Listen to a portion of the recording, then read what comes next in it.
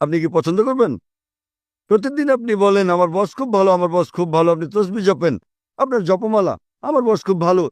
অন্য কর্মচারীরা বিকেলে আসে, 2টোর দিকে আসে, আমার বস খুব ভালো, আমার বস খুব ভালো। বস বলবেন, ভাই আপনি আমার প্রশংসা বন্ধ করেন, সময় মতো অফিসে এসে কাজটা করেন। তাই আপনার ঈশ্বর, আপনার স্রষ্টা আপনার ধর্মগ্রন্থে আপনাকে বলেছেন, হিন্দু ধর্মগ্রন্থে, খ্রিস্টান ধর্মগ্রন্থে, মুসলিম ধর্মগ্রন্থে, প্রতিমা বানিও না। আপনি ঈশ্বরকে অবমাননা করছেন। এত ক্ষমতাবান ঈশ্বর, তার প্রতিমা বানাচ্ছেন। কে প্রতিমা বানাচ্ছে? কে বানাচ্ছে? মানুষ। তখন ঈশ্বর বলবেন, আমি মানুষ জাতিকে বানিয়েছি, এখন মানুষই বানাচ্ছে আমাকে। কি বোকামি এটা! স্যার, কেন আপনি করেন? না না যখন ঈশ্বর আপনাকে বলছেন প্রতিমার প্রয়োজন নেই, প্রতিমা ছাড়া ঈশ্বরের প্রতি মনোনিবেশ করো। স্যার, আমরা ঈশ্বরকে সৃষ্টি করছি না।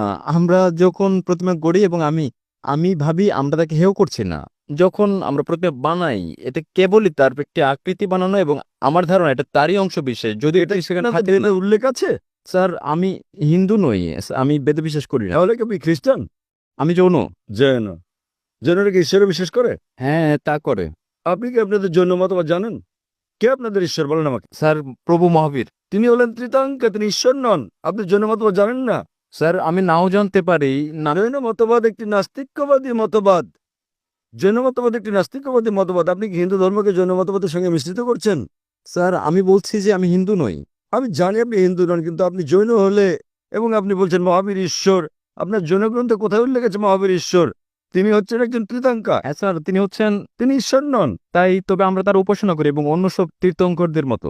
কিন্তু তিনি ঈশ্বর তো নন। মহাবীর কি বলেছেন আপনাদেরকে তার উপাসনা করতে? না, আমি এসব পড়িনি। আপনি জানেন না, তাই আপনাকে বলছি। আপনারা জানেন না মহাবীর কি বলেছেন, এবং আপনারা বলছেন মহাবীর হলেন তীর্থাঙ্কর। এটা কি আপনার কর্তব্য না যে মহাবীর কি বলেছেন তা খুঁজে বের করা? হ্যাঁ স্যার, তাই। তাহলে আমি কি করবো? কারণ আপনি একজন অযৌক্তিক মানুষ। স্যার, আমি কি যখন আপনি কোনো কোম্পানিতে যোগদান করেন, সেখানকার নিয়মকানুন মেনে চলেন না। যে